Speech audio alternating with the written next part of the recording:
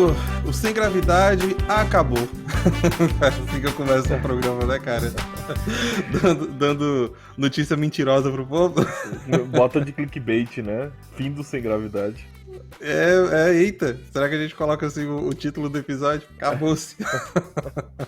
Eu acho que essa é uma carta na manga que a gente tem que esperar pra usar em um momento propício. Porque se usar uma vez, acaba depois da credibilidade do fim, né? Ah, não sei não, cara. Tem uma galera aí que faz isso daí pelo menos uma vez por semana e continua ganhando seguidor novo, viu? Ah, eu sei, mas normalmente é adolescente, não sei, né? É o povo da galhofa. Eu sou do tipo que fica puto quando eu vejo essas coisas assim, clickbait. Ah, eu também. Se tem uma coisa que eu...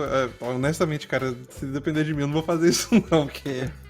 Você quer saber a verdade? Quando eu vejo esse tipo de coisa aí, eu fico tão puto que se eu cair no clickbait do cara, eu nunca mais volto, sacou? Comigo, é tipo assim, porque realmente quando você tem no jornalismo, você tem essa ideia de criar sempre um enunciado chamativo. Às vezes nem é pelo jornalista, né? Às vezes é pelo editorial. Tanto que tem essa confusão normalmente, né? Do jornalista ser um cara mais tranquilo, de não querer fazer aquele grande enunciado, mas o editorial lê o texto dele e faz o chamativo. Não é verdade. Aí eu não tenho problema nisso, agora o clickbait eu tenho. Mas olha só, pra esclarecer, o que acabou na verdade foi só a terceira temporada do Sem Gravidade. A gente continua andando pra frente, cara, e agora a gente tá indo pra quarta temporada. Meu Deus. Quarta temporada, já estamos um ano e pouco aí nessa empreitada, já fizemos aniversário, somos jovens ainda, né? Jovens nesse mundo do podcast, mas com muita energia, gás e conhecimento moderado pra compartilhar, né?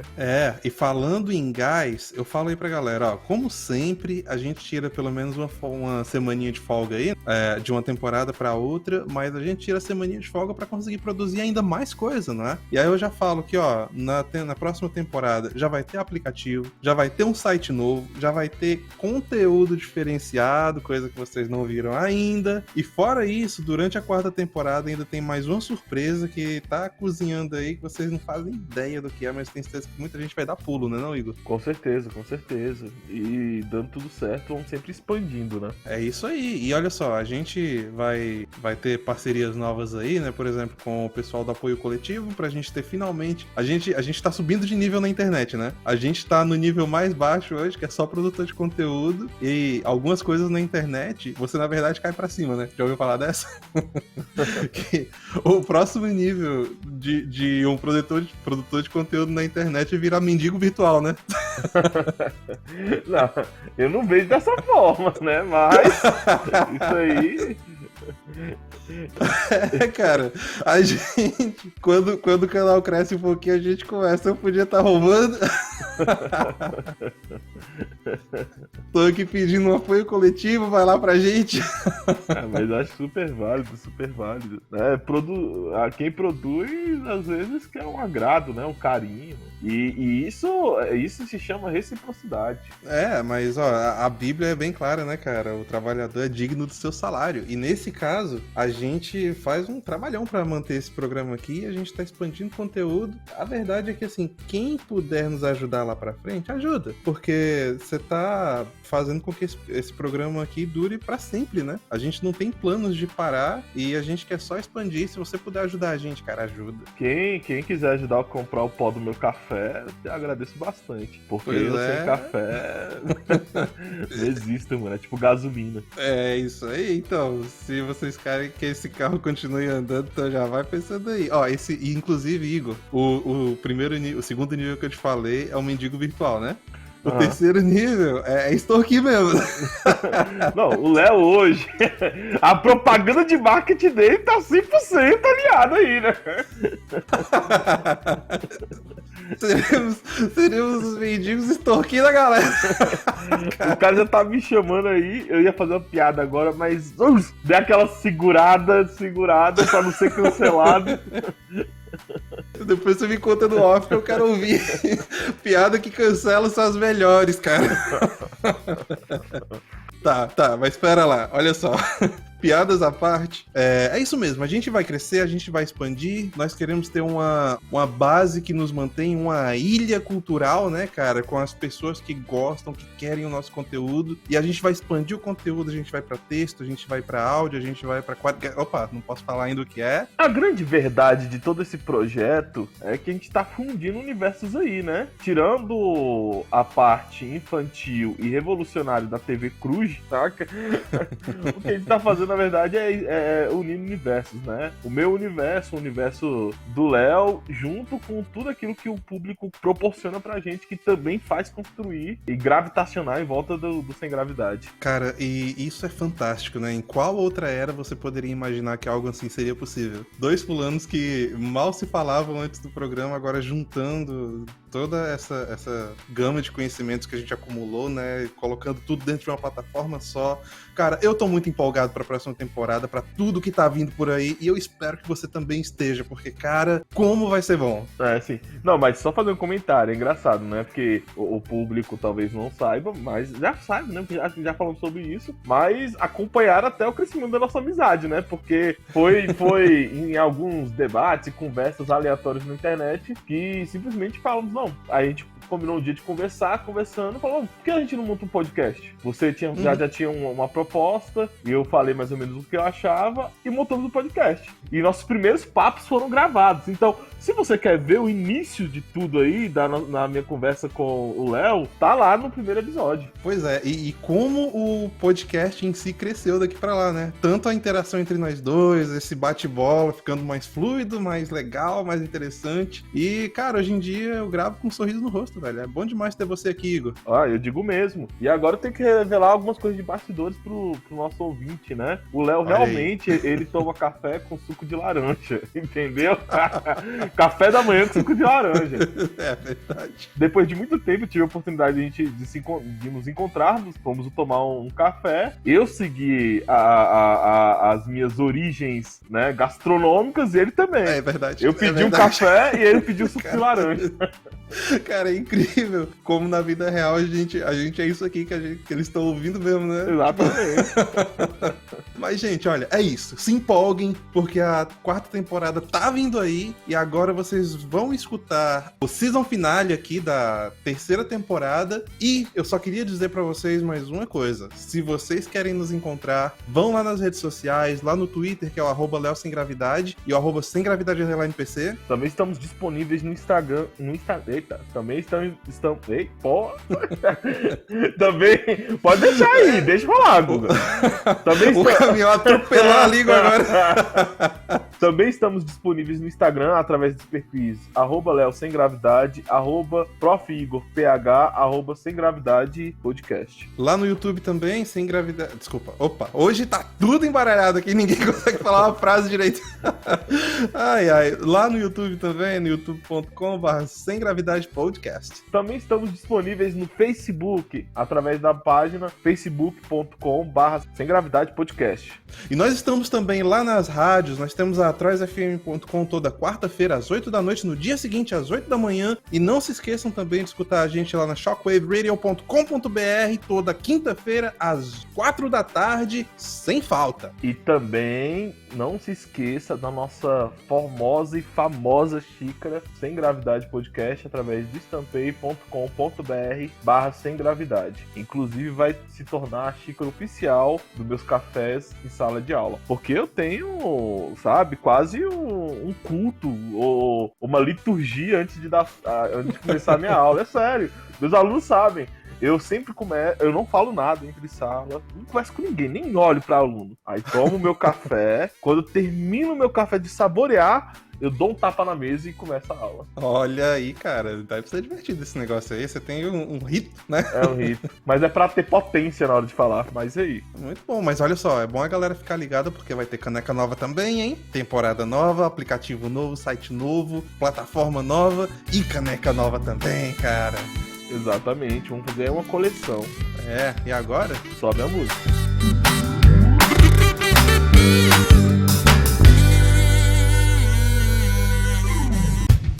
Golpes não acontecem no vácuo, né? Não é porque tá tudo bem aqui, estamos todos sentados na nossa cadeira de balanço, polindo a nossa calibre 12, né? E de repente alguém pensou, por que não? Vamos dar um golpe na República? Por que não? Hoje é segunda, toda segunda a gente pode fazer isso. É engraçado, né? Porque realmente pode ser chamado de república. Quando você vê a ideia da política, né, do café com leite, é muito complicado. Porque, assim, existe sim república no sentido aristocrático, né? Mas quando a gente fala de oligarquia, exatamente porque era uma coisa muito fechada para as elites, que não tinha nenhum tipo de participação popular, mínima. Não tô falando nem de grande participação popular. Você não tinha mínima. Você tava ali sempre baseado naqueles que detinham o poder. Uma vez um presidente de Minas Gerais, outra vez um presidente de São Paulo. E São Paulo, como sempre, né? Hoje em dia, infelizmente, você não vê tanta movimentação política assim em São Paulo, mas assim, São Paulo, como sempre, ele meio que toma as rédeas da história do Brasil, né? Isso é muito importante de se dizer.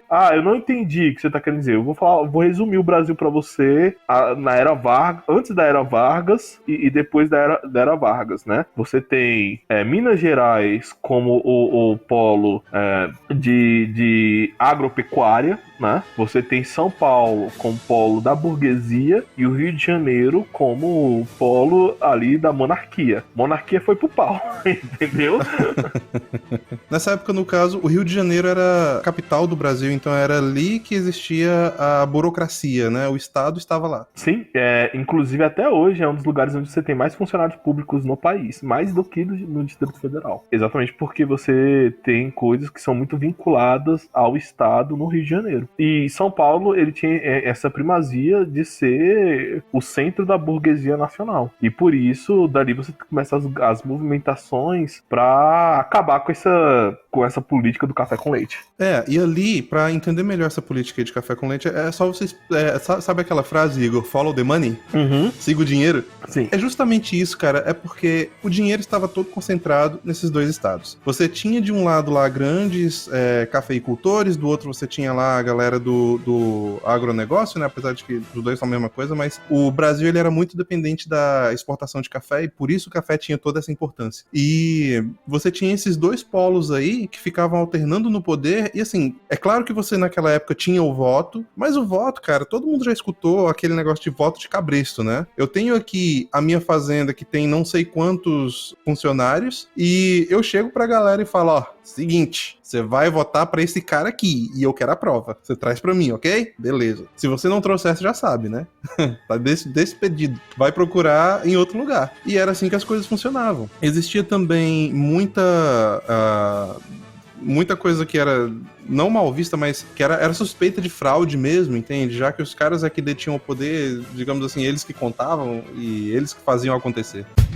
O que acontece? A escravidão até o século XIV, vamos colocar assim, século XIV não, vamos colocar até o século XV, ela era mais uma escravidão expansionista, né? Você tem as guerras, aí você vai expandir seu território, você domina um povo e aquele povo se torna escravo. Foi assim no Império Romano, era assim no passado, né? No período clássico, e é assim durante muito tempo, né? Inclusive, até no continente africano você tinha essas guerras expansionistas entre tribos, entre povos, que um dominando o outro, os outros se tornavam escravos, né? Sim, uma coisa interessante que é bom a gente pontuar é justamente essa diferença que você tá trazendo aí, que antes você tinha essa visão mais justamente expansionista, né? Ganhei a guerra, agora você é meio escravo. Só que a grande diferença que existiu ali no século XV, nos séculos posteriores, com o expandimento da escravidão pelos portugueses, pelos ingleses, pelos espanhóis, foi justamente a industrialização do negócio, né? Porque antes, enquanto você tinha ali uma coisa mais pontual,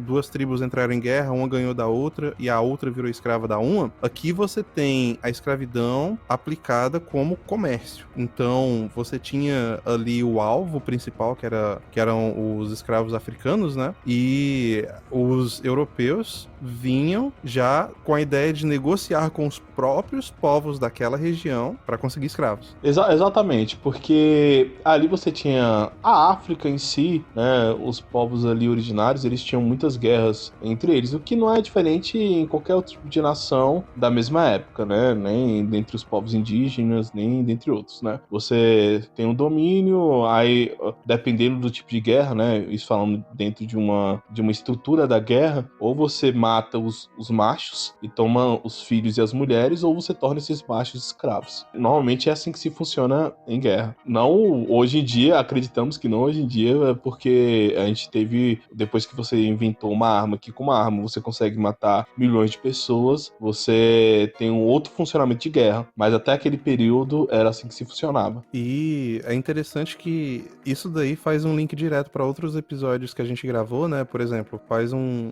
link com o episódio Jesus segundo o Islã, que a gente fala de islamismo, que uma das diretrizes que estão ali no livro sagrado deles é justamente com ordenações, como eu posso falar? Existe a escravidão dentro dos livros sagrados deles, né? A forma como deveria proceder e tudo mais. E era uma prática muito comum já daqueles povos ali da África nortenha, né? Ali do Saara para cima, que eram os povos muçulmanos, né? Já existia a prática escrava tanto nos povos muçulmanos quanto os egípcios. Então o negócio é velho, cara. Não é de hoje, não.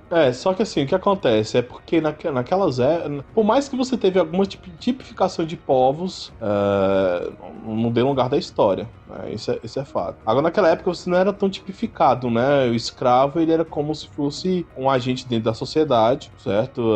Independente do lugar onde você vinha, se você era feito escravo, você era um escravo, e não por algo de natureza, né? De você olhar por causa da sua origem, que essa é uma das grandes diferenças. É verdade. Por mais que você tem, sim, na história antiga, alguns lugares que aconteceu isso, mas nada como comparado com os 400 anos que vão acontecer na América Latina e principalmente no Brasil, né? Porque pelos registros, isso se explica um pouco também por causa da nossa relação com o trabalho.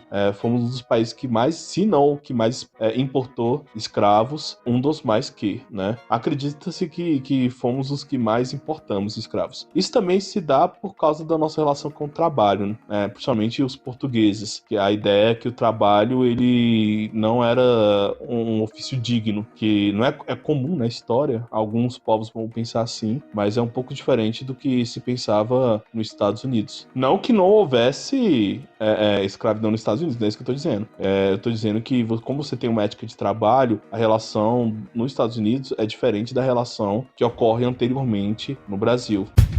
Irlandês, cara, fala aí, quem que você traz pra gente então? Traz um aí pra nós. Mas é gosto pessoal.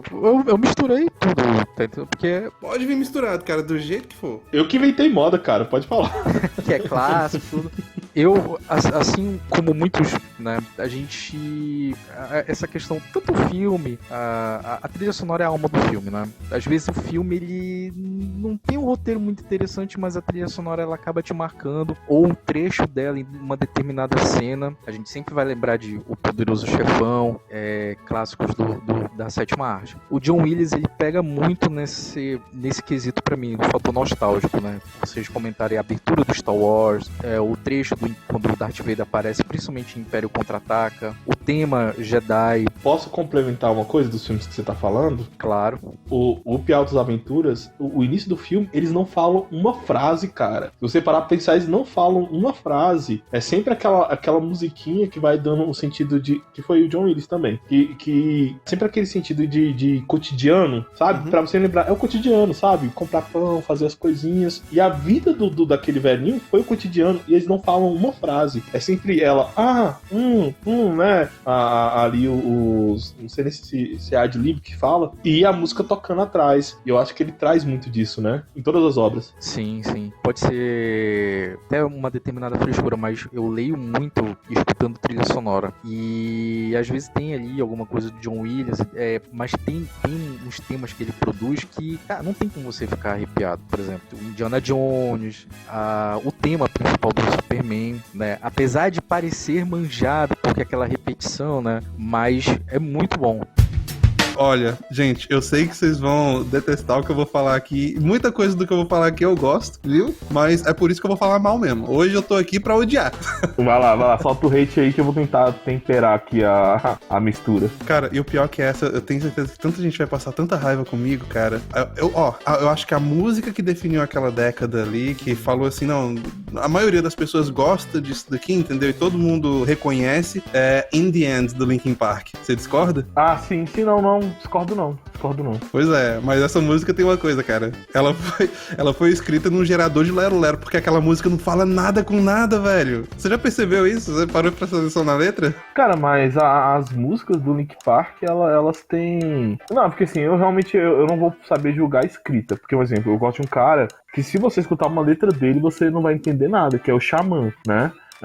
Aqui no Brasil, ele é um rapper. Mas eu não tô falando das músicas românticas que ele fez que fizeram sucesso. Eu tô falando das músicas de rap dele. E ele foi muito zoado no rap por causa disso. Porque falam que ele rima nada com nada. Mas tem um método ali atrás, entendeu? Então eu não sei, é o Mike Shinoda, né? Que escreve. Então eu não sei se é essa a pegada do Linkin Park. Agora o Linkin Park ele tem esse negócio de ser new metal, mas realmente a letra não tem um fim, não tem uma finalidade. Pelo menos na minha visão. Não, mas é porque não faz muito sentido mesmo, cara. Quando você pega pra traduzir, olha só, uma coisa, eu não sei porquê, não importa quão difícil você tente, mantenha isso em mente. Eu fiz essas rimas pra explicar no tempo certo tudo que eu sei. O que eu falei? Nada! Tipo, cara, não faz sentido nenhum essa frase, velho. Aí ele vem falar que o tempo é uma coisa que é muito valiosa, você tem que prestar atenção como se fosse um pêndulo que balança, você observa como é que ele vai indo até o fim do dia, e o relógio continua. É tão irreal. Meu Deus, um exemplo de poesia, sacou? Falou e não disse nada. Mas então, já voltando aqui pra Sweet Tooth, eu achei meio... são duas coisas, né? Houve essa decisão, tanto do Jeff Lemire, ele apoiou isso, quanto do diretor lá, o Jim Mickle, de abaixar o tom da série, entendeu? Como assim? Os temas que são tratados no quadrinho, eles são bem pesados, cara. E, assim, graficamente falando, ele também é bem feio. Tem sangue pra todo lado no negócio, entendeu? Tanto que quando eu falei pra você assistir, você até comentou assim, cara, qual o nome que se dá pra esse tipo de quadrinho? Você que lê mais, você falou no dia, né? Que é um tipo de quadrinho mais sombrio, né? Uhum, Aí eu falei assim, na hora que você falou assim, Léo, mas o seriado é mó fofinho, cara. Exatamente, cara. E eu não tinha visto o seriado ainda, eu só comentei contigo. Não, esse quadrinho é pesado, né, e tal. E você, uai, como assim? Eu fiquei assim, uai, cara, pelo contrário. É só borboleta e rosas na série. Unicórnios e bichinhos fofinhos, né?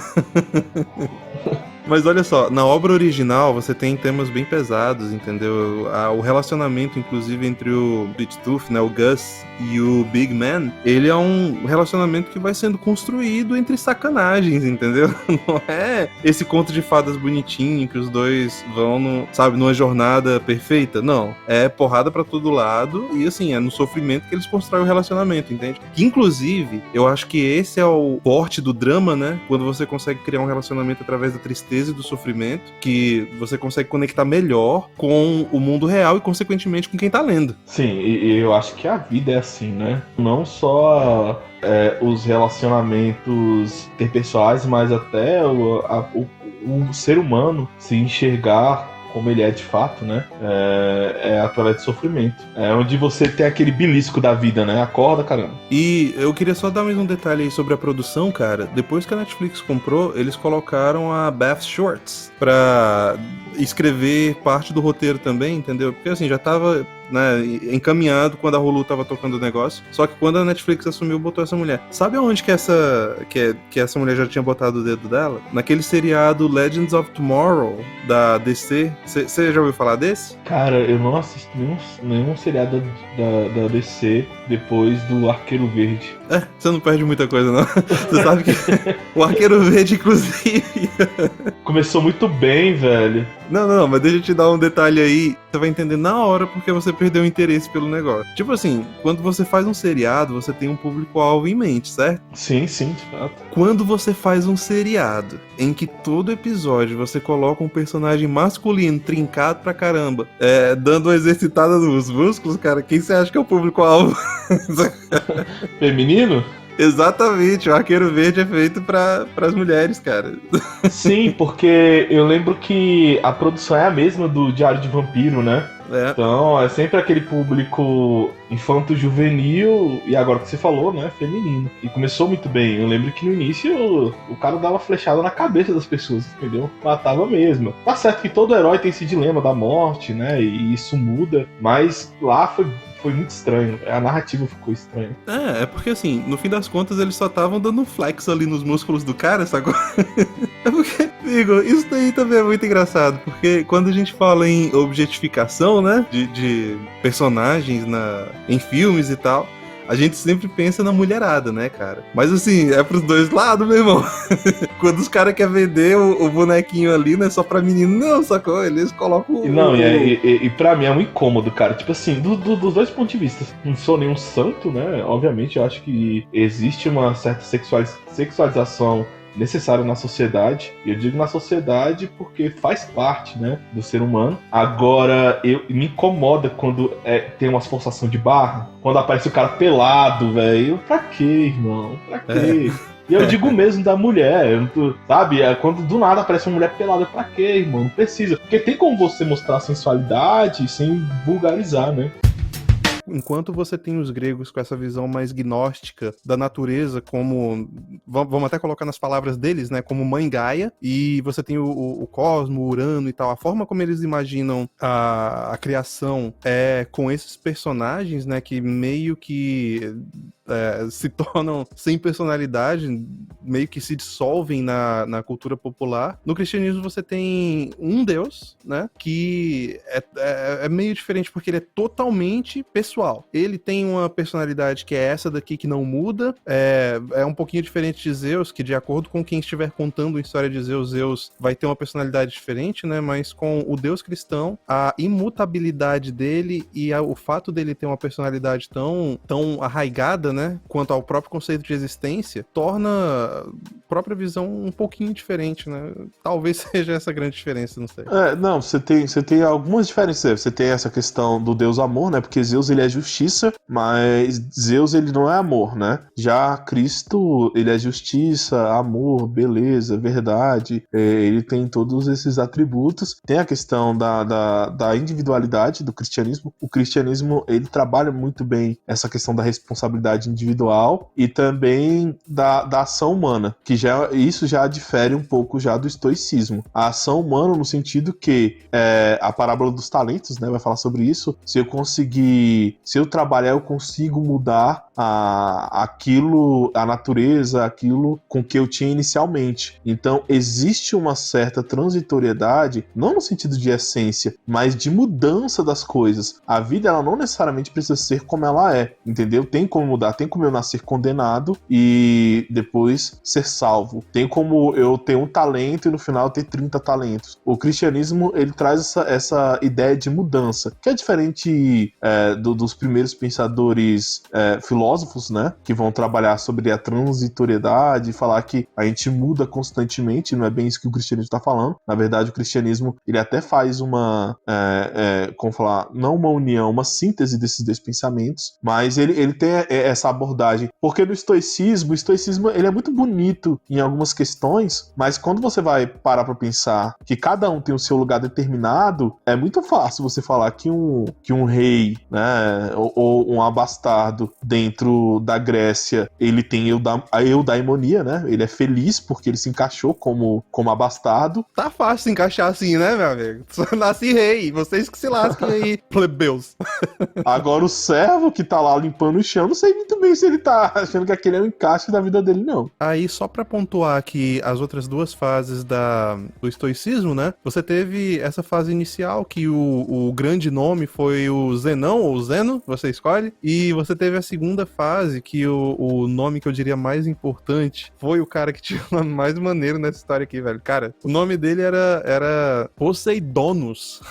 Tipo, o Poseidon mais um pouquinho, entendeu? Poseidonus. Uma extensão de Poseidon. Exatamente, só um pouquinho a mais. Uma coisa interessante é que essa segunda fase, né, da mesma forma que a fase inicial foi ali de 300 a 100 a.C., essa foi de 100 até 0, né? E eles deixaram um pouco o foco na ética e nessa fase especificamente focaram um pouquinho mais na ciência e estavam mais abertos à racionalidade e à lógica, que são os 3 pilares do estoicismo, né? Então eles só balancearam esses 3 aí, né? Colocaram um mais um e menos no outro. E você tem a fase final, cara, que é a mais importante porque os relatos que nós temos do estoicismo, todos vêm dessa fase e você tem 3 nomes que são muito importantes aqui, que é o Seneca, o Epiteto e o imperador Marco Aurélio, cara. Um dos ditos, né? 5 bons imperadores de Roma. Uma coisa muito interessante do relacionamento, pelo menos de 2 deles aqui, é o relacionamento que existiu entre Epiteto e Marco Aurélio. Não achei nenhum relato de que os 2 viveram no mesmo período ou que mesmo se conheceram, mas o imperador Marco Aurélio era fã de carteirinha do escravo Epiteto, cara. Olha só. E nessa época era normal de se acontecer, porque, como eu falei, a escravidão dentro do Império Romano ele era diferente, né? Você tinha reis que eram escravos, você tinha poetas, você tinha músicos. Normalmente eles porque eram guerras expansionistas, né? Você conquistava uma terra e aquela pessoa, normalmente ela virava escravo e depois serve, etc. A Área 51, até hoje, eu sou meio macabro com aquilo ali. Você fica assim, peraí, o que tá acontecendo aí? Você ficou sabendo que teve uma corrida pra lá? Eles fizeram um evento no Facebook que eles iam invadir a Área 51, você ficou sabendo dessa? Não. Deve ser muito massa, eu iria também. Não, foi muito bom, eles fizeram os vídeos lá, tinha um pessoal vestido de ET, entendeu? Aí você pensando assim, que o governo ia fazer uma grande ação, botar um monte de gente lá pra impedir que eles invadissem, né? Uhum. Cara, você via lá, tipo, 2 ou 3 guardinhas que trabalhavam ali na frente, sacou? Os bichos batendo foto com os caras, velho. Foi demais. Cara, mas eu gosto de gente doida. Eu não gosto quando né, uma galera pega uma teoria da conspiração e leva a sério. Aí eu não curto, aí eu fico com medo e começo a comprar armas pra me proteger, né? Mas fora isso, eu gosto de gente meio tantã, sabe? Pessoa mais fora da caixinha, porque eu acho que, e provavelmente você também gosta disso, você que tá se iniciando nessa sua nova fase como escritor e tal, já sabemos disso, os ouvintes que não sabem, você que escreveu, né, aqueles storytelling, né, e as histórias aqui do Sem Gravidade, o escritor e o filósofo, ele tem que sempre olhar de um ângulo diferente, porque se você olha só de um ângulo normal, tô falando de você olhar outras coisas, porque eu acho que sempre tem que ter uma conexão com a realidade, mas o ângulo, sabe, tem que ser diferente, e essas pessoas mais fora da caixinha, eu acho que elas têm um pouco disso, né? É justamente você ter aquela ideia de borda, né? Sim. A ideia de borda é onde eu mais me divirto, cara, porque mesmo que a ideia não faça o menor sentido, é no mínimo divertida. Sim. Então, tipo assim, eu gosto muito de pensar nessas paradas assim. Eu gosto de Creed, mas nunca foi uma banda que eu realmente curti, porque eu achava muito romântica, muito romântica. É tão doce que te dá diabetes, né? Charlie Brown Jr. já não é tão romântico, cara, é porque, assim, as músicas que fizeram sucesso são as músicas que venderam no rádio, né? Aí você vai ver a maioria das pessoas que escutaram Charlie Brown Jr. escutaram as músicas românticas, mas Charlie Brown Jr. é pauleira, velho. Você vai pegar, assim... Tem uma época na minha vida que eu sabia todos os CDs do Charlie Brown Jr. em ordem, velho, com todas as músicas. Tipo, 7 CDs, eu sabia os 7 CDs. E o Charlie Brown Jr., eles não escreviam, tipo, 12 músicas por CDs. Era, tipo, 20 músicas por CD, saca? Então, era bizarro. E isso era no tempo que a gente, pra escutar música, tinha que ter o CD pirata, né? Cara, sabe o que eu fazia? Eu não tô bancando a gente, mas tô nem aí. Eu ia na Americanas. E nas Americanas, antes de comprar o CD... Olha que louco. Eu ia nas Americanas pra escutar o CD, pra depois comprar o pirata, né? Eu ia na Americanas, porque nas Americanas eles tinham um negócio pra você escutar o CD. Você lembra disso? Aí você pegava o CD, você colocava, aí você escutava, né, pelo código. Aí véi, uma vez eu fiquei o dia todo, eu e meus amigos escutando. Aí o pessoal, não, vai comprar, né? Ficou o dia todo escutando. Aí eu saí e depois comprei no tiozinho da rua. Que tava do lado de fora da loja. Exatamente. Mas, cara, essa época também é emblemática, né? Você chegou até aquele... eu acho que o nome era Discman, que Sim. Era o tocador de CD portátil. Sim. Aquilo era muito ruim, velho. Era. Desculpa, mano. Mas pra época, colega, peraí, eu amava, mano. Eu me achava um fodão. Eu tinha uns CDs do Festival Coca-Cola, eu não sei se você já ouviu falar, que eles juntavam bandas diferentes, né? Mas é tipo aqueles greatest hits que sempre tinha, né? Juntava um monte de artista, então aquele música da novela. Só que tipo, era 5 músicas, e o CD era pequenininho, né? Aí você colocava, nossa, mano, eu me achava muito fodão, velho. Aí até que lançaram o MP3. Mas quando eu tinha um Discman, cara, eu levava ele pro colégio todo dia. Não conseguia ir pro colégio sem ele, entendeu? Só que o problema do Discman é que ele lia um CD, né? Então, assim, se você mexesse muito com o negócio, arranhava o CD todo e ele parava de tocar. Sim, exatamente. Ou tecnologia fuleira, cara, o negócio do Discman. Verdade. Até aquele da fita era muito melhor, né? Que você podia pular, correr, fazer o que você quisesse. Logo antes dele começar o Fresh Prince of Bel-Air, ele foi enquadrado pelo Leão, velho. Você sabia dessa? Foi. Não, e é engraçado porque ele era bom em matemática na escola. Inclusive, ele ia conseguir entrar na universidade. Ele não quis pra continuar a carreira. Mas como o cara é bom na matemática e leva uma mordida aí do Leão? Pois é. Não, mas esse esquema aí da faculdade é uma outra história engraçada também. Deixa eu dar outro sidetracking aqui. A gente nunca vai acabar nenhum assunto que a gente começar nesse episódio, combinado? Beleza. Olha só, essa história aí, falaram, né, que ele negou entrar pro MIT, que é aquele instituto lá, o Massachusetts Institute of Technology, bem famoso no mundo, né? Muitos milionários saíram de lá e tal, muita gente da TI. E ele falou, cara, na verdade não era bem assim. Eu tinha a nota, né, umas notas altas e tal, e eu sei que na época eles estavam procurando alguns negros. Aí você pensa assim, nossa, que coisa racista de falar, né? É exatamente isso que eu li também sobre. E a questão é que ele falou que ele não queria fazer faculdade porque ele estava interessado em ser rapper, né? Então foi lá cantar. E é interessante esse negócio, cara, porque você teve um movimento por direitos iguais nos Estados Unidos ali na década de 60, que foi adiante na década de 70 e 80, né? Continuou e tal, com vários exponentes, inicialmente com Martin Luther King, né? E explodindo também com Malcolm X do outro lado. A gente vai falar mais sobre isso mais pra frente, mas o interessante aí, cara, é que você já vê resultado dessas políticas que começaram lá atrás na década de 60 com Will Smith, que era esse negócio aí das faculdades procurarem pessoas negras, né? Sim, exatamente. E naquele momento ele viu que e isso aí é outra movimentação interessante, que também, se não, dependendo da crise econômica, era algo que já estava começando no Brasil, é quando a pessoa não escolhe ir pra faculdade, que ela tenta entrar na vida de empreendedorismo que ela vê mais futuro. Eu falo uma coisa pra você, viu? Eu fico triste às vezes, Léo. Às vezes meu coração fica derrubado. Que é isso, não cara? Quero fazer. Não, vou falar por quê, cara. Porque às vezes a gente estuda pra caramba, né? A gente faz faculdade, tem 3 pós-graduações, eu tô indo pra minha 4ª agora. Aí você pega um youtuber que fala sobre maquiagem e ganha 4 vezes mais que você. Então você fica assim, né? Eu entendo o Smith. Eu acho que a solução, cara, é comprar um pó de arroz, um batom. Não, vou lá. Esse negócio de ensinar aí, é melhor a gente começar a fazer programa aqui sobre batom e pó de arroz, porque é o que dá dinheiro, velho. Mas o que eu tô falando aqui é muito importante para nossos ouvintes que ainda estão nesse período de universidade. Eu tô falando que não é necessário fazê-lo, né? Pelo contrário, né? Eu sou rato de universidade. Eu tô dizendo o seguinte, que quando a gente fala sobre ganhar dinheiro, é uma questão muito flexível, né? Não tem uma regra certa, né? Você vai achar que você vai terminar um curso de universidade e automaticamente você vai começar a ganhar dinheiro. Porque os comerciais de TV hoje em dia, porque agora a universidade virou negócio, né? Os comerciais de TV, eles estão vendendo isso. Inclusive eu tava vendo um comercial ontem, falando assim, não, você quer aumentar o seu salário? Então vai fazer uma especialização? Não, colega, não é assim, entendeu? Vida profissional, né? E vida profissional / empreendedor e vida acadêmica tem que andar junto. Se não andar junto, colega, não acredito que você vai estudar pra caramba e lá no final você vai achar o arco-íris com a montanha de ouro. Não acontece. E eu posso dar meus 50 centavos de contribuição aí? Vai lá. Eu acho que a coisa funciona mais ou menos assim, cara.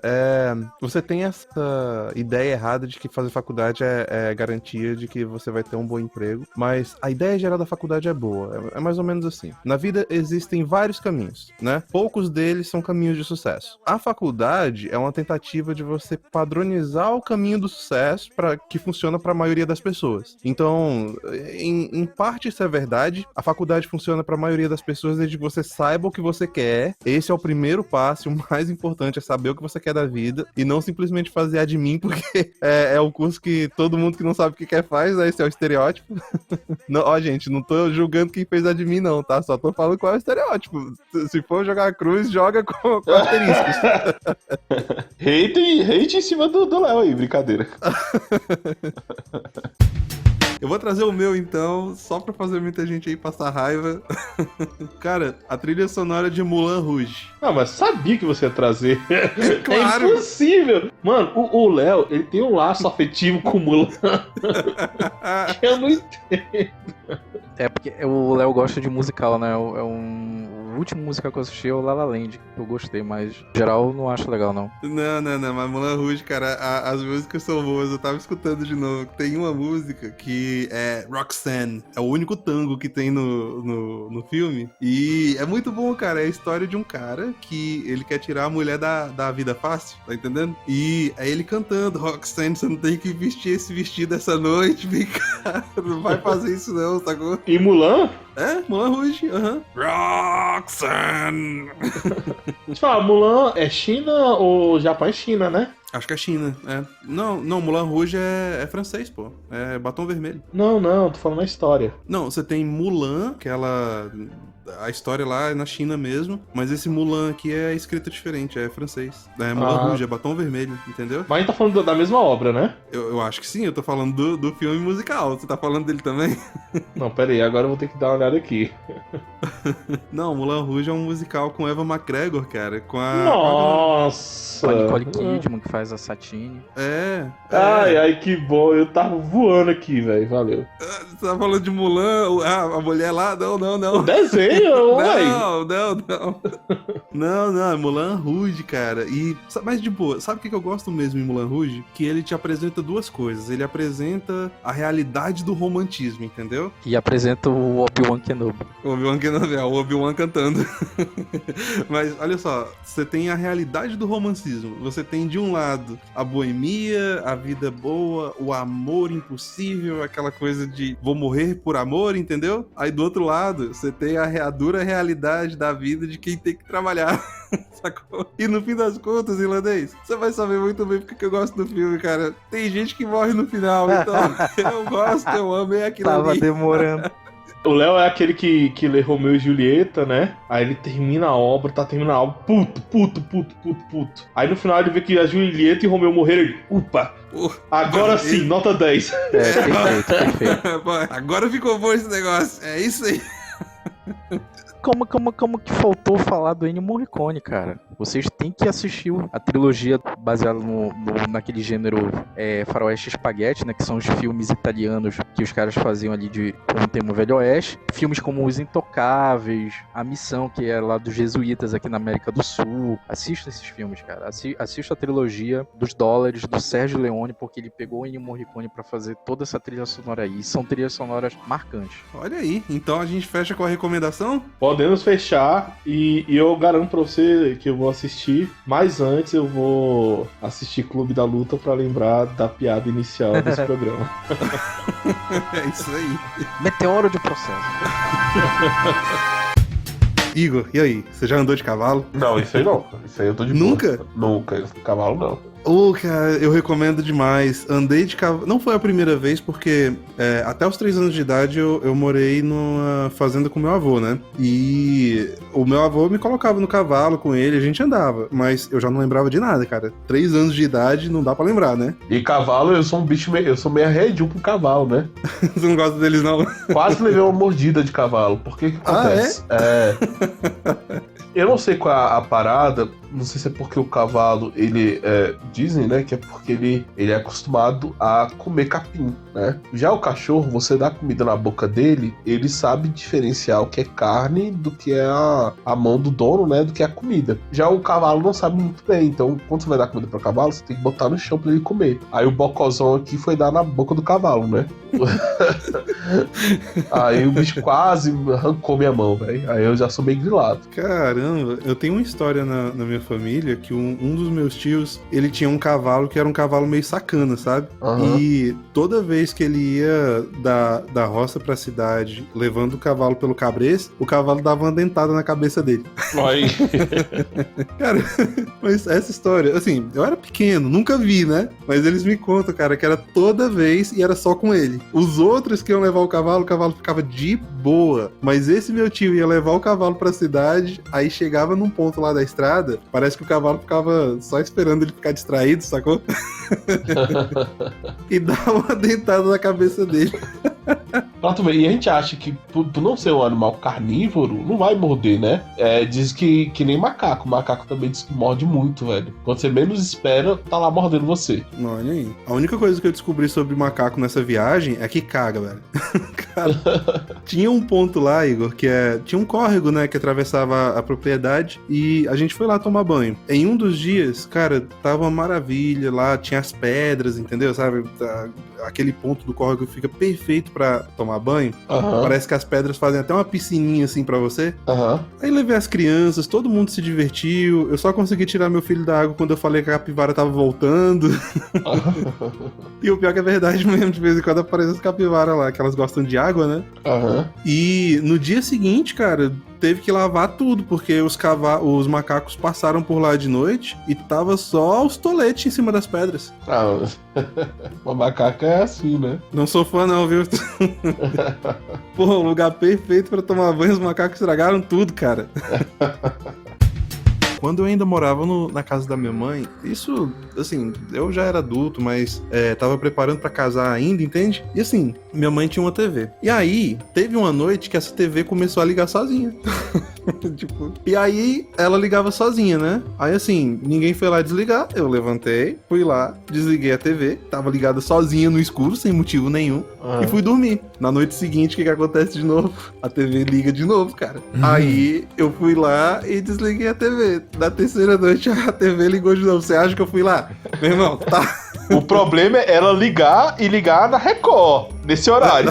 Esse que é o problema. Tava na sessão de descarrego ali na hora, Exatamente. né? Mas, cara, a TV, ela sempre ligava em torno do mesmo horário, sabe? E assim, a princípio, eu achei que era um timer, alguma coisa assim, que alguém tinha configurado exatamente na TV e tal. Mas a TV era velha, bicho. Tinha timer não. Até hoje, ninguém sabe como é que essa TV tava ligando sozinha, sabe? Às vezes era um mau contato da TV. Eu sempre procuro as coisas racionais, mas às vezes pode ser um mau contato, sei lá, alguma coisa assim, né? Ah, você tenta explicar aí, cara. Não tem explicação, não. Pra mim era assombração mesmo. A TV da minha mãe tava assombrada. A gente se livrou dela. Só que depois isso aí joga no mato, enterra, joga sal, sei lá como é que é o negócio aí. Eu tô zoando. A gente não fez isso daí, não. Depois de um tempo a TV simplesmente parou de ligar sozinha. O cara assistiu muito Sobrenatural, né? Bota sal em volta da TV. Mas assim, né? Nesses seriados de assombração, você sempre resolve com sal, não é? Sal é importante. Será que todo fantasma é hipertenso, cara? É possível. As piadas de tiozão do cara. Oxe! É pra isso que eu tô aqui, cara. Não, mas é verdade. Eu penso assim, eu sou muito cético nessas questões, né? Mas eu acredito, cara. Eu acho que tem muitas coisas que a gente não consegue explicar, assim, sabe, nessa vida. Ah, sem dúvida. Eu acho que a maior lição que a gente tira desse episódio aqui é acredite, velho. Sempre tem alguma coisa aí que a gente não consegue explicar, não. Seja o Mafinha comendo a cerejeira do defunto, né? Regada a presunto. Meu conselho é só um, cara. Você viu o vulto, não segue a porra do vulto. Não vai atrás do vulto. Entendeu? Sai voado. Porque nesses filmes de terror é sempre assim, né? O cara vê o vulto, o cara, vou investigar. No porão, ó que delícia. Tô descendo. Não, mano. Cara, eu vi o vulto. Se eu via o vulto, quando eu olhar pra mim, eu já tô lá na esquina já. Mas, nossa, rapaz. Nossa, eu vi o olho pro lado, ele olha pro outro. Quando eu olhar pro outro, eu já tô desaparecido. Eu que sou vulto daí, cara, porque eu vou desaparecer. Você tá maluco, velho. É que nesse pessoal, tem uma galera que é espírita, né? E diz que normalmente quando eles encontram com algum espírito, eles sempre chegam e falam: olha, eu quero que você mande um recado, né? Se alguém chegar pra mim, olha, eu quero que você mande um recado, vai mandar recado pro caramba, entendeu? Sai de perto de mim. Vai falar com o outro, irmão. O cara encontra o fantasma e vai pedir recado, velho. Eu vou pedir pra ele ir pro outro lado, sacou? Tá lá, os caras não. Não, mas normalmente, nesse negócio do espiritismo, fala que chega o fantasma e fala, né, ó, eu desejo mandar um recado pra tal pessoa. Não, mano, não vou dar recado dele, não. Fique em paz aí, ó. Ai, é isso aí. Minha mãe foi pro Chile uma vez, cara, e ela trouxe a porra de um bonequinho chamado Iqueco, lá do Chile. Que é a porra de um bolivianinho com um chapéuzinho, sabe? É um bolivianinho, cara, desses que tem nos centros das cidades aí. Quem é de São Paulo sabe o que eu tô falando, que ficam tocando aquelas músicas lá na flautinha deles. E a porra desse Iqueco aí, a parada dele é o seguinte, se você fizer um desejo e tal, e colocar um cigarro na boca dele, ele... Minhas histórias de terror tem sempre a ver com fumo, né? Eu tô começando a parar disso aí. Aí você coloca um cigarro na boca dele, acende e ele vai atender teus desejos, né? E minha mãe, cara, ela é cristã, católica, italiana, né?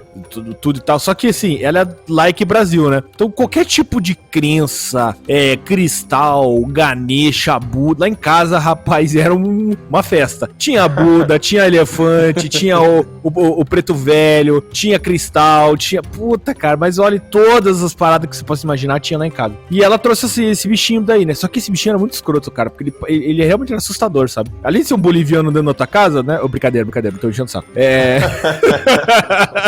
Tô brincando, bolivianos não me cancelem. Ele ficava... E ela colocava no armário, cara. E ele tinha daqueles bonequinhos que quando... Sabe aqueles de perspectiva que parece que tá sempre olhando pra você em qualquer lugar que você vai? Sim. É horrível, cara, horrível. E aí eu ficava... Ela colocava no meu quarto, e no meu armário, e eu ficava só olhando lá em cima, né? E o bichinho só me olhando assim enquanto eu dormia, sabe? Tipo, no canto do olho. Cara, terrível. E eu tinha, assim, sonhos e pesadelos, na verdade, assim, que enquanto eu dormia, ele vinha e ficava me bulinando, né? O boliviano me bulinando, né, cara? Mas na minha cabeça, o bulinar não era esse que eu tô pensando, mas agora parando pra pensar, né? Puta que pariu, né? Eu pensava de outro jeito, só que ele me enforcar, parando pra pensar, puta, podia ser muito pior, né? Você acordar com um boliviano fedendo cigarro ali, te encoxando de noite, não dá, né? Com fumo na boca. Com fumo na boca. Um abraço pessoal de La Paz aí, eu tô só brincando, viu? Voltando à série Chaves, eles mostravam isso, né? Que é a nossa realidade. A realidade que você vive, você tem as tristezas, você tem as decepções. E por isso, eu acho que o nome Shakespeare, né? Pequeno Shakespeare, coube tão bem no Bolanos. Porque ele conseguiu criar um cortiço que trouxe identificação para muitas pessoas. E quando eu falo muitas pessoas, eu não sei qual o resultado nos Estados Unidos em si, mas eu sei que na América Latina, o único país que não passou, né, Chaves foi Cuba, pela razão que já sabemos de ser, certo? E vendeu para quase toda a Europa, para os países latinos, quase todos. Chaves, ele se tornou famoso e aquele cortiço conseguiu mover corações e sorrisos em todas essas casas latinas. Inclusive, diz a informação não confirmada, porque aqui não existe fact-checking, só existe a crença de que o Chapolin foi o primeiro programa mexicano que foi vendido pro exterior, né? Foi. Eu não lembro se foi Chapolin, mas acredito que foi. Foi Chapolin mesmo, né? Segundo as minhas informações não confirmadas, cara. Eu li em algum lugar, mas eu não sei se é verdade. Eu acredito que seja Chapolin, porque Chapolin foi antes, né? Ou foi Chapolin, ou o Dr. Chapatin, ou Chaves, que foram os três grandes dele, né? Chapolin eu sou apaixonado, cara. Chapolin a gente podia fazer um programa só sobre Chapolin, que pra mim é meu super-herói preferido, sabe? De todos. Conseguiu superar o Wolverine. Entendeu? Porque Chapolin, ele é o herói da vida real, né? Essa é a ideia que ele quer passar. Que é o cara que tá morrendo de medo, erra pra caramba, só faz cagada e consegue resolver porque dá a cara a tapa.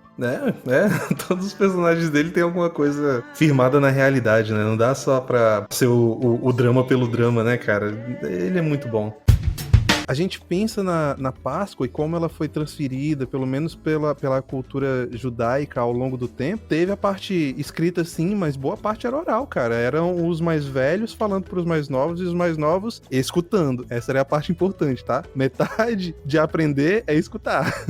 E isso é muito bom, cara, que você falou que a tradição oral dos judeus. É porque assim, você tem as duas tradições dentro do povo de Israel, né? Você tem uma tradição manuscrita mesmo, né? De você escrever sobre as coisas. E você tinha a tradição oral. E a tradição oral, ela é muito importante. Isso explica até hoje porque o povo judeu, eles se dão muito bem na questão educacional. Porque quando eu falo de tradição oral, eu tô falando sobre educação familiar, né? Eu tô falando sobre educação nuclear. É o pai sentar com o filho e falar assim, olha, aconteceu isso, isso e isso. As coisas são assim, assim, assim. É o pai desenhar a vida pro filho. E, obviamente, se você é um pai que tá desenhando a vida pro seu filho, você também tá mostrando na prática, no dia a dia, né? É você acordar de manhã cedo e falar assim, ó, filho, eu fiz isso aqui, isso aqui, isso aqui, sabe? Ganhei esse dinheiro pra comprar esse pão e esse pão que você tá comendo. Se eu não fizer isso aqui, você não vai ter pão em casa, sabe? Ah, aquilo dali aconteceu porque tal coisa lá no seu avô, entendeu? Quando a gente fala sobre educação oral, tradição oral, a gente tá falando sobre educação familiar. E os judeus, eles eram maravilhosos nisso, né? E acredito que que até hoje são. Ah, sim.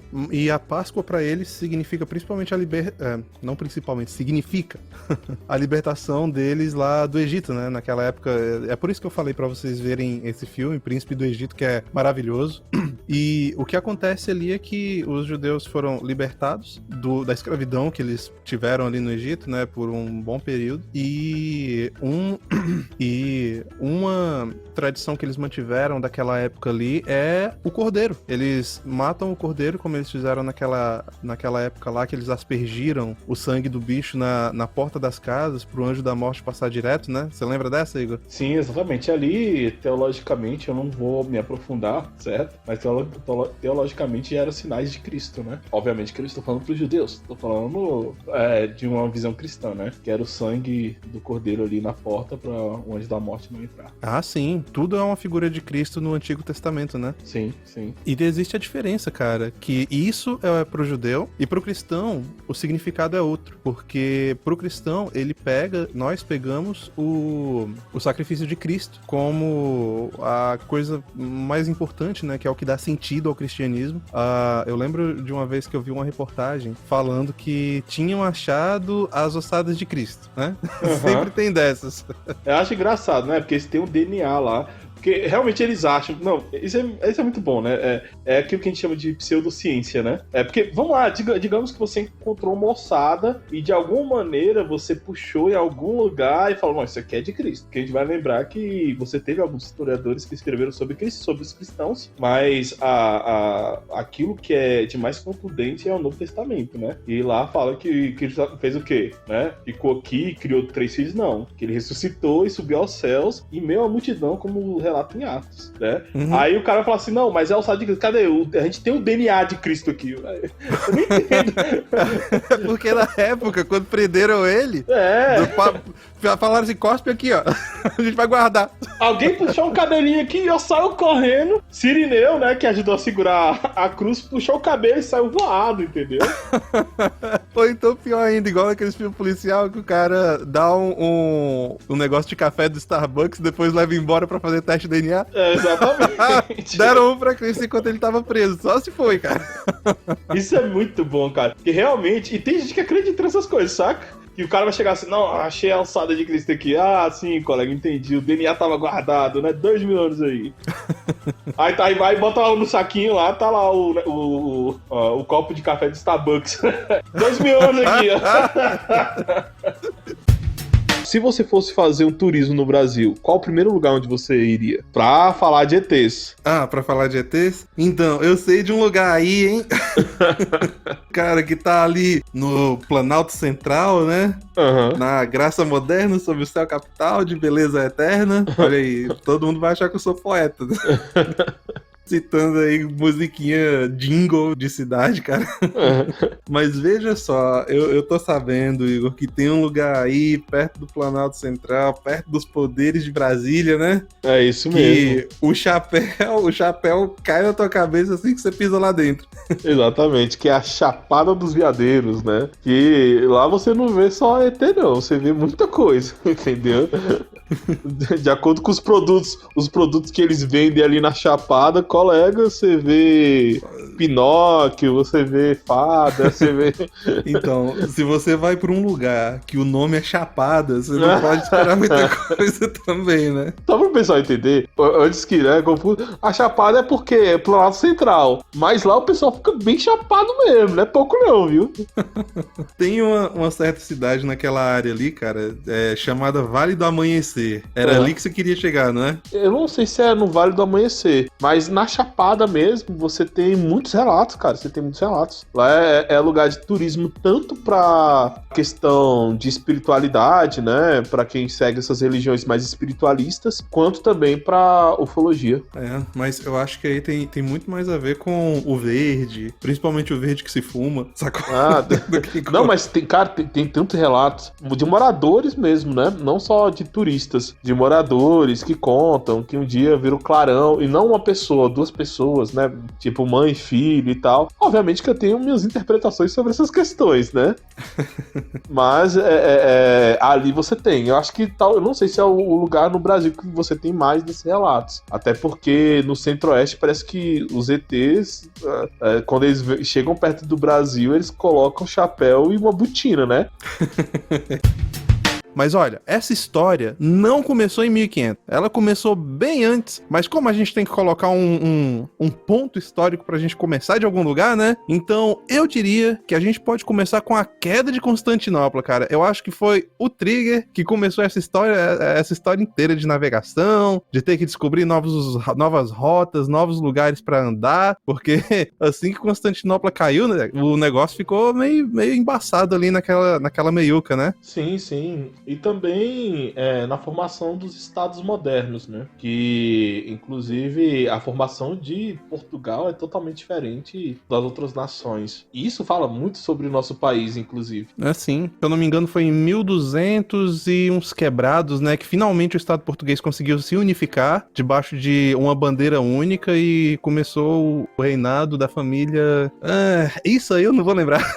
Você lembra o nome da família, cara? Não vou lembrar, mas eu sei que a unificação começa por causa de cavaleiros, né, que foram templários, depois ali das cruzadas e tal. E Portugal existe só por causa das cruzadas. E sobre essa bandeira, né, eles nomeiam um rei. Pois é, e é interessante, cara, esse negócio de Constantinopla aí, porque ela bate justamente com todo esse clima que estava acontecendo ali na época, porque você tinha os estados que finalmente conseguiram se unificar, você tinha a Inglaterra de um lado, você tinha a Portugal de outro, você tinha também a Espanha, que não era Espanha, acho que era Reino de Castela, acho que era isso. E você tem o Reino de Castela, esses três aí competindo, mas por que eles competiam? A conclusão que eu chego é a seguinte, você tinha ali Constantinopla, que era uma cidade que ficava ali no entremeio comercial das Índias para a Europa, né? E o comércio entre Índia e Europa era muito importante, porque muitas especiarias você só conseguia encontrar na Índia. E tinha uma demanda muito forte na Europa, cara. Por exemplo, por colorantes de roupa, por temperos específicos, porque afinal, não só de bacalhau vive o homem, né? Exatamente. Mas o que acontece? Constantinopla, cara, ela antigamente, lá na antiguidade, ela se chamava Bizâncio. O status dela foi mudado para a capital pelo imperador Constantino, que, veja só, foi o primeiro imperador romano convertido ao cristianismo. Exatamente. Por que é importante a queda da Constantinopla, né? Justamente por ela ser esse entreposto comercial, por ela estar ali na meiuca, né, por ser um porto seguro para você conseguir fazer as transações, e quando ela cai, isso acaba. Você não tem mais aquela rota ali, e muitos autores históricos, inclusive, dizem que a queda de Constantinopla marcou também o fim da Idade Média e o início da Idade Moderna. Fala se não é importante. Exatamente. Quando você vai fazer esse ponto, obviamente que vem de um processo anterior, né, da Idade Média Baixa, e você vai começar com essa ascensão da classe comercial, e para mim também é o pontapé da Idade Moderna,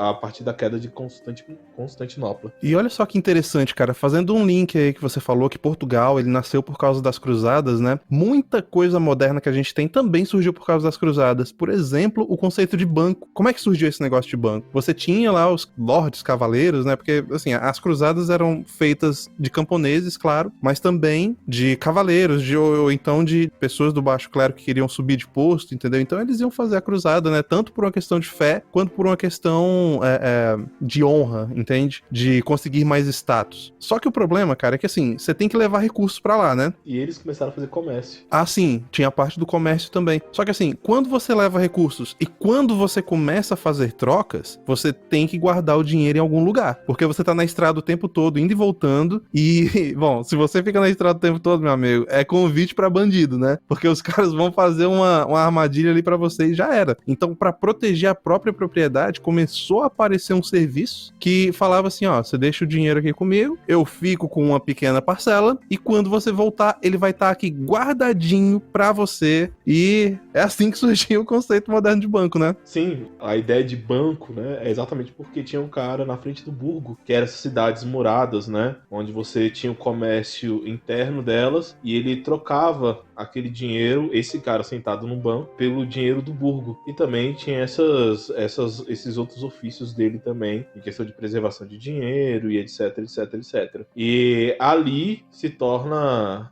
mais pra frente na modernidade, aquilo que a gente vai chamar de banqueiros. E burgos, obviamente, você já entendeu o significado da palavra, é onde vão estar os burgueses. É, precisamente. E aí, cara, a gente tem esse contexto de Constantinopla caindo, de você não tendo mais uma rota segura para chegar até as Índias por terra, porque também ali você tinha o Império Otomano, né, que foi justamente quem derrubou Constantinopla, e eles tomaram aquela faixa ali e falava, cara, aqui ninguém passa, aqui essa terra é minha, aqui só passa quem eu deixar, e vocês não vão passar. E existia a rixa religiosa ali também, porque de um lado você tinha a Europa cristã, Constantinopla era uma cidade cristã também, eram cristãos ortodoxos, e você tinha do outro lado os muçulmanos. Então você tinha ali uma guerra tanto espiritual quanto financeira. Exato. E Veneza, que também fazia parte ali da região, ela faz um acordo com o Império Otomano. Aí Gênova e Florença ficam de fora desse acordo. E agora você tem aí uma treta, né? Porque Portugal e outros países não vão conseguir fazer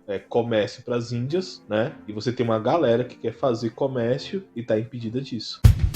Eu acho que essas pessoas que conseguem criar esse tipo de obra, Igor, eu acho que o grande diferencial que existe deles para nós meros mortais é capacidade de observação, entende? E eu te explico. Uhum. Quando você vê um Bolanius, um Dostoiévski, Shakespeare, você consegue ter uma visão muito real dos personagens que eles estão colocando na tua frente, sabe? Aquilo dali parece de verdade, cara. Assim, no caso do Bolanius é uma coisa mais caricata, claro, porque o estilo dele que ele escolheu foi esse, né? De você colocar personagens que estão dentro de uma comédia, mas mesmo assim, eu acho que ele consegue observar tão bem os pequenos detalhes das interações da vida, que ele consegue dar vida aos personagens, justamente retratando a realidade, cara. É uma percepção que todo mundo vê, mas só aquele cara que consegue prestar atenção no detalhe, consegue colocar dentro de um texto. Eu entendo.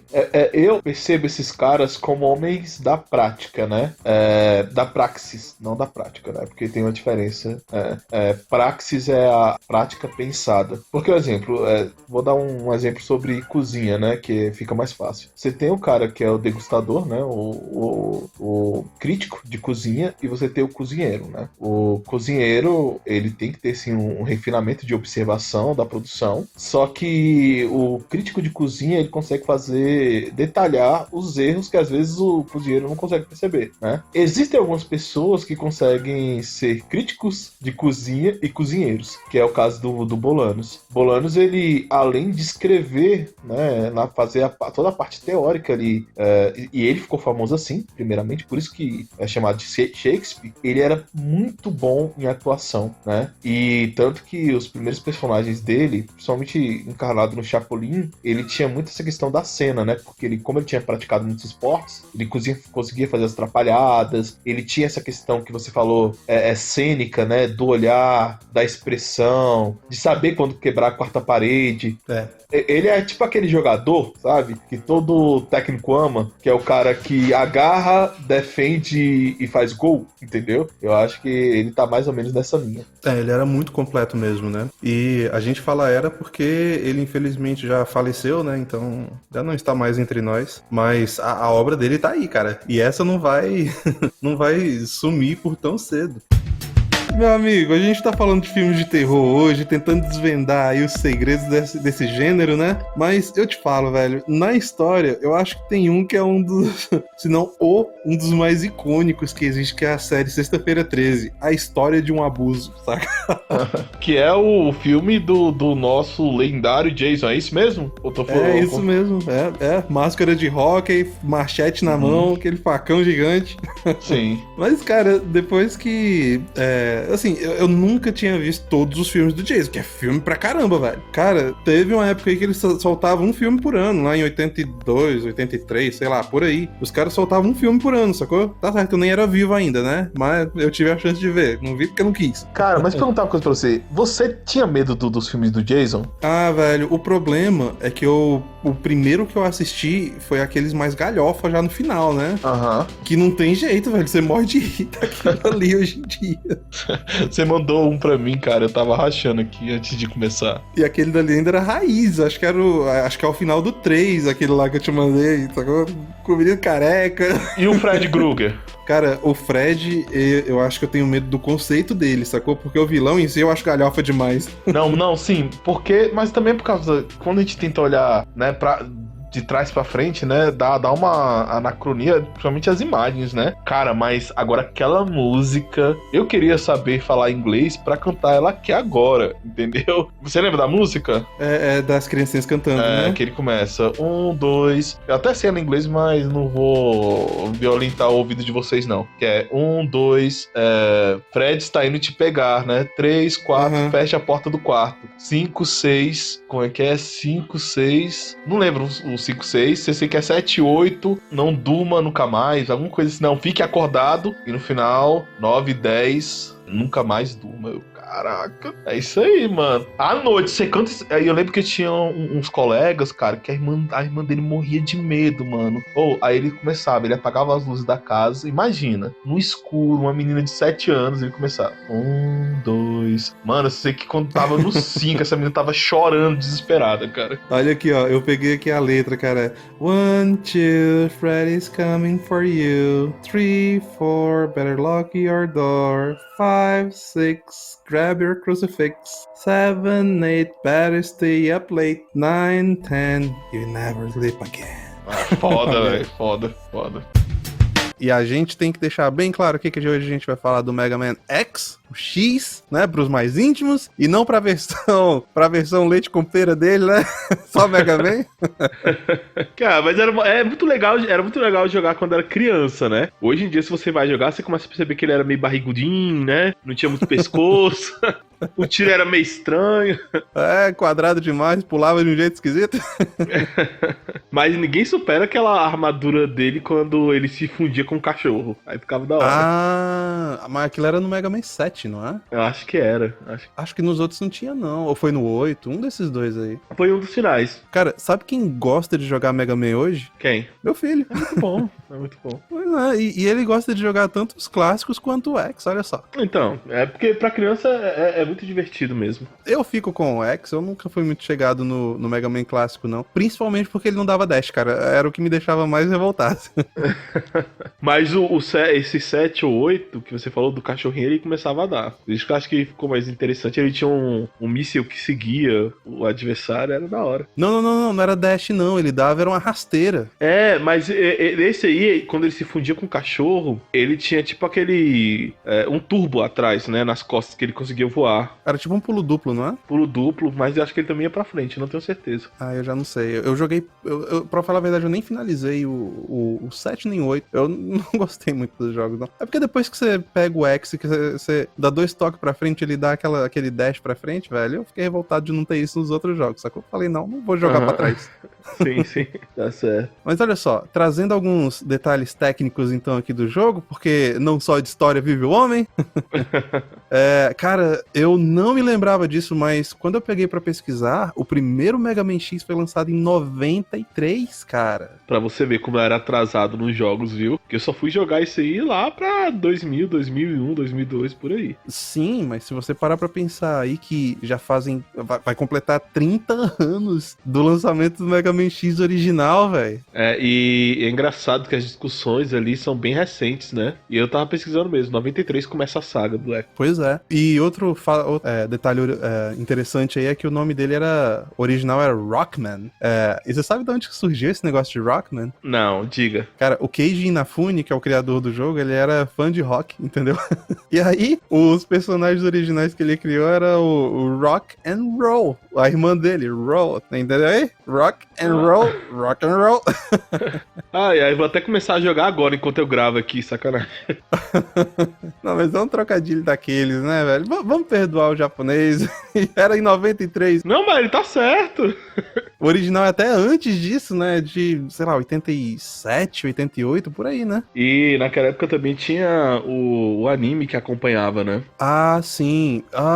O anime é dos anos 90. Eu não sei exatamente de qual ano que é, mas teve isso também, né? O Mega Man sarado. Eu não sei se você pegou o anime pra ver de novo, velho, mas assim, o Mega Man do videogame, ele é todo redondinho, né? Você pegar ali o 7, o 8, todo cara de inocente. Quando você vai olhar o anime, cara, o bicho é saradaço, com o abdômen trincado, sacou? Mas faz sentido o que você falou, porque eu lembro que no desenho Mega Man, ou anime, chame do que quiser, eu lembro que tem um episódio que aparece o X, né? Porque era o Mega Man clássico, ele ainda criança. Aí em um episódio ele não conseguia derrotar o inimigo, o X vem do futuro e ajuda ele. E eu não sei se você lembra quem é que aparece ali, cara, mas é o Vile, que é o inimigo do Mega Man X no primeiro jogo, né, no Mega Man X1. E é ele e aquele outro que solta raio, o chefão do raio, lembra? Aham. Engraçado com o Vile, ele lembra muito o Mandaloriano. Não sei se você teve essa impressão, a mesma impressão que eu. Não, é mesmo, olha só, cara, o capacete é igualzinho. E tem também o foguetinho aqui do lado, né, que tem aquele... O primeiro Mandaloriano que aparece, que vai lutar, eu acho que... Agora eu não vou lembrar, mas é de Star Wars, eu acho que é o episódio 5. O primeiro que aparece é no episódio... é no 5 mesmo, não é? É no início do filme que o Luke foi capturado pelo Jabba, que ele ia jogar é o Boba Fett. É o Boba Fett, exatamente. Ele ia jogar lá naquele bicho do deserto pra comer, e aí dá mó treta lá e ele é salvo. Eu não sei se é no 4 ou no 5, eu não vou lembrar agora. Não sei se teve alguma referência, mas que parece. Eu penso que hoje em dia os filmes de terror, eles não assustam mais. Porque existem alguns mecanismos sociais que, na minha visão, assustam muito mais, sabe? Eu garanto pra você que eu fico muito mais assustado quando eu vejo filmes de psicopatas relatando aquilo que realmente acontece, né? Do que alguns filmes de terror. Salvo os filmes orientais, que esses me assustam. Botou uma menina japonesa, chinesa, tailandesa saindo, sabe, do poço, já tô cagado, mano. Cara, os japoneses sabem fazer isso bem, viu? Porque os contos deles não é só estética, cara, é porque tem muito terror psicológico ali no meio, né? Sim. Não é aquele negócio do jump scare, sabe qual é? Inclusive até ligar a luz aqui do lugar onde eu tô, pode falar. E nem foi zoeira, deu pra escutar aqui eu ligando o negócio. Eu escutei o claque aí, viu? E dá pra perceber que ela tem aquela noção de falar assim, pô, não entendo, né? Mas ela fala assim, qual é a sua desculpa pra matar os outros? Aí o que vai falar, não, é porque tiraram minha calça na sexta série. Ela quase vira pra ele e fala, ô, seu tonto, tu é um merda mesmo, hein? Porque o cara tá matando pessoas, tá certo, e cada um tem a sua sensibilidade na vida, etc. Mas, cara, você não vai dar o tiro em alguém porque viram seu piu-piu. Não dá, né, velho? Exatamente. Ela até fala, né, qual tipo de crime merece essa punição. Cara, que frase boa, velho. E naquele momento ali, entendeu? É aquele momento que o herói, ele tá dando um sermão no bandido, entendeu? Só que assim, o sermão foi tão bom e tão bem construído, porque aquela cena ali, você tem já um monte de coisas que aconteceram no filme que chegaram naquele ponto. Ela escolheu não matar o cara, porque ela poderia ter feito isso, era a solução mais simples. E na continuação, ela fala, é por isso? Esse é teu motivo?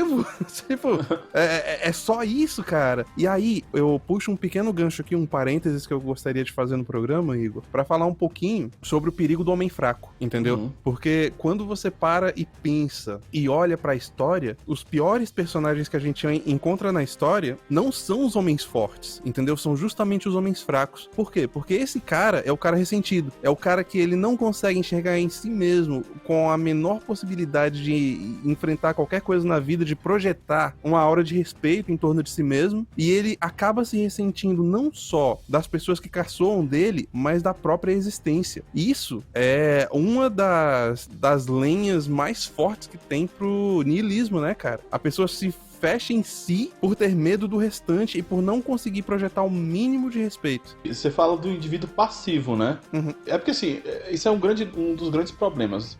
Se entendia, em alguma época da história, e esse é um dos equívocos de Kant, que o homem, ele ia chegar num ponto de autonomia que ia conseguir pensar pela sua própria cabeça. Porque a sociedade estava se desenvolvendo, né? Que é o texto dele, o que é o iluminismo. Só que o que a gente vê na história, e isso é descrito lá no livro de Hannah Arendt, né? O julgamento de Eichmann em Jerusalém, um relato sobre a banalidade do mal. E ela fala um pouco sobre isso. Que, na verdade, a grande parte da sociedade, ela vive uma relação de heteronomia. E o que é essa relação? É você simplesmente andar de acordo com o que os outros ditam pra você. E esse, pra mim, é o homem fraco. Você perceba, ele era ressentido, como você falou, né? Porque aconteceu alguma coisa ali com ele. E o cara, com o discurso mais fraco possível, conseguiu convencer ele de matar outras pessoas. E ele achava aquilo normal, né? Tanto que ele tava matando, quando você desumaniza as pessoas, né? Você desumaniza a vida humana, e ele começou a achar normal. Até que ela vai nele e começa a tentar falar assim, cara, você tá percebendo as coisas que você tá fazendo? Você tem a sensibilidade pra entender o morticínio que tá acontecendo aqui e que você é responsável? Aí ele vai e começa a fazer reflexão sobre isso, etc, né? E vai lembrar que, já falando dele também um pouco, ele é um estereótipo típico de nerd desajeitado, né? Cara, pra falar a verdade, bicho, nesse momento, eu gostaria de ficar de pé aqui virtualmente e bater palmas pro ator que interpretou esse cara, porque olhando pro ator, velho, não só pelas roupas, mas pelos trejeitos, pelo jeito de falar, pelo jeito de andar, até o jeito que ele atirava com a arma, era jeito de bunda mole, cara. Tipo... Eu tinha vontade de bater nele olhando ele daqui, entendeu? Oxe, moleque, anda direito, cara. Saca?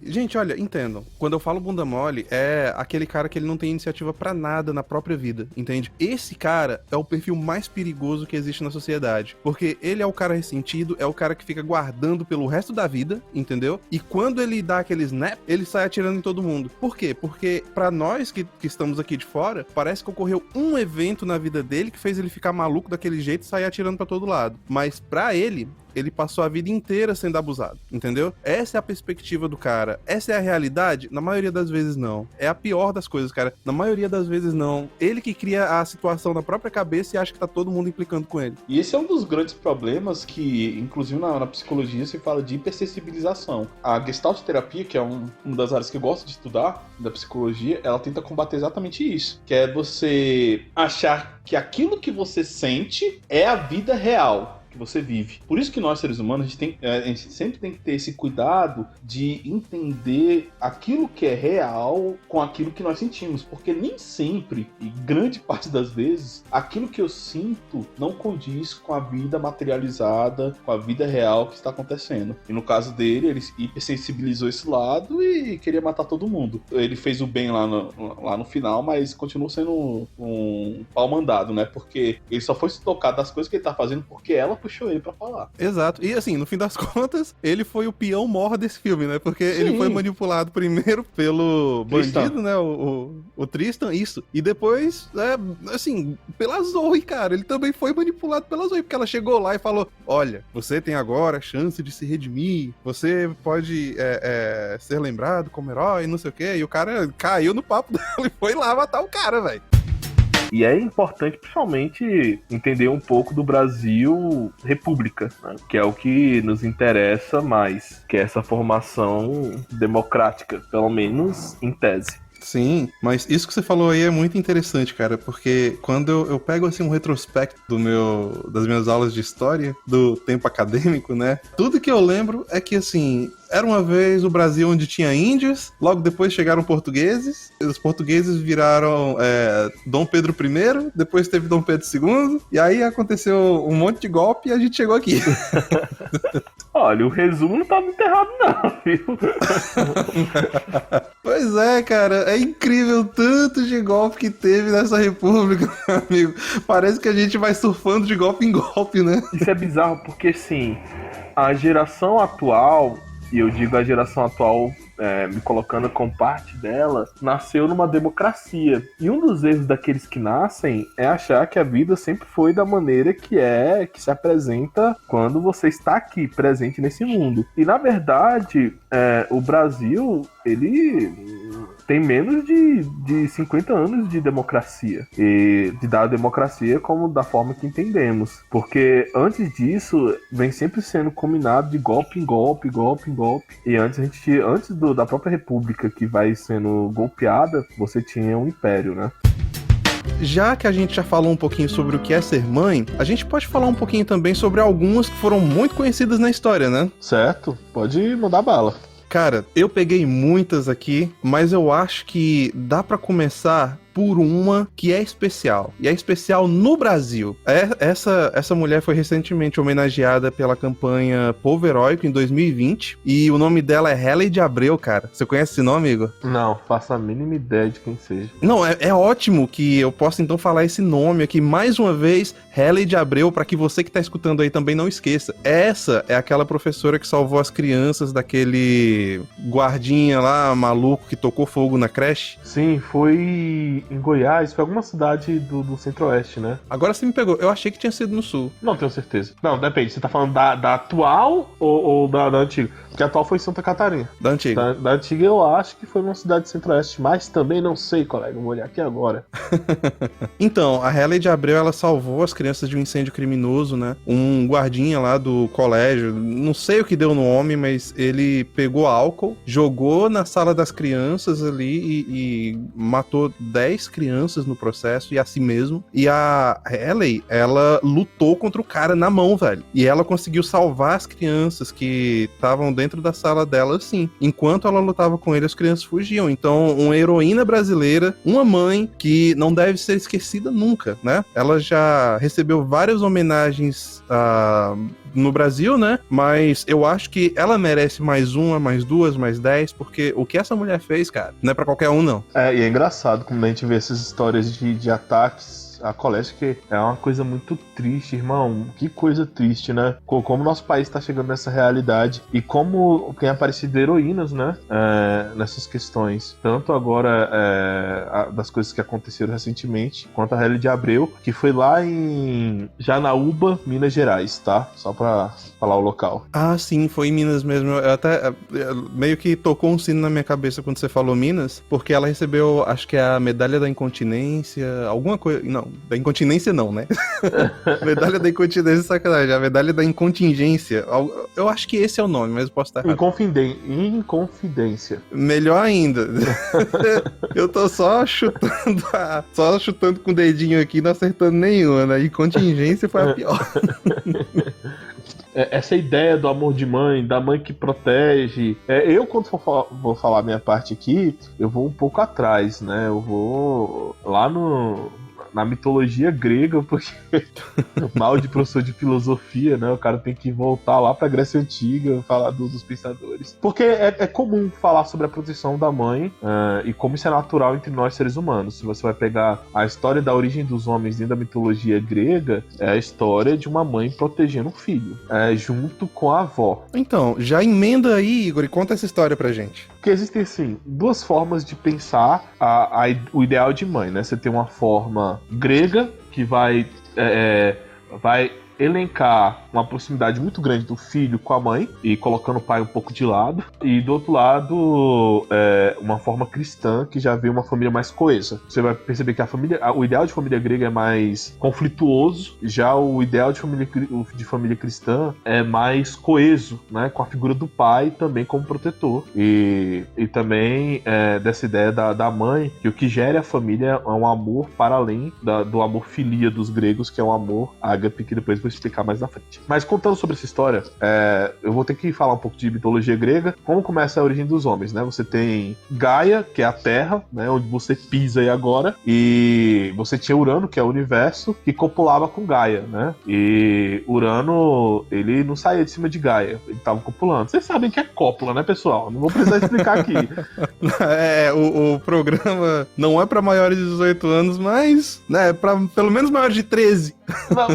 E agora vai se tornar, porque se pra eu terminar a história aqui, ele copulava e ele não saía de cima de Gaia, e por isso Gaia paria pra dentro. Você entendeu isso aí, né? Ela soltava os filhos pra dentro, e um dos filhos dela, e a origem dos homens começa com um filho tentando defender o pai. Que ele corta ali o falo de Urano sobe aos céus, e subindo aos céus, Cronos sai de dentro de Gaia, né? Ele finalmente é expelido. Depois disso, Cronos começa a também alimentar seus próprios filhos, certo? Com medo, sabendo que ele feriu o próprio pai, ele com medo de seus filhos ferirem ele começa a engolir os filhos dele. Fala sobre projeção, né, cara? Projetando a maldade que ele mesmo fez.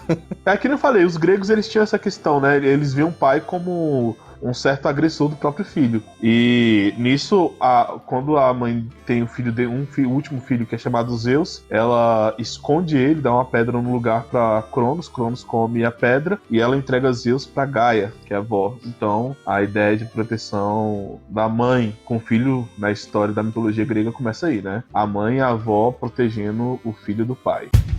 Uma coisa muito legal que você fez também é justamente isso, porque hoje tá na moda você colocar qualquer religioso como o cara malvado da história, né? Ele nunca faz nada de bom, tá ali só pra fazer a maldade. E aí você meio que desinverteu essa lógica e colocou um padre como um cara bom, velho. É engraçado, né? Porque aí a gente vê também como muitas vezes a arte é usada simplesmente como plataforma para o discurso político, né? Tem muita gente que acaba querendo usar a arte como, né, para doutrinar politicamente, né, e denegrir, sei lá, um tipo de pensamento. Então, é isso, eu procuro apresentar personagens equilibrados no sentido que têm os seus defeitos, né, eles têm as suas qualidades, eles têm os seus defeitos, personagens humanos nesse sentido, né, de tem medo, eles erram, eles acertam, assim, e apresentar isso para o leitor e deixar o leitor também se identificar, ele refletir, concordar ou não, tirar suas próprias conclusões, né? Então eu acho que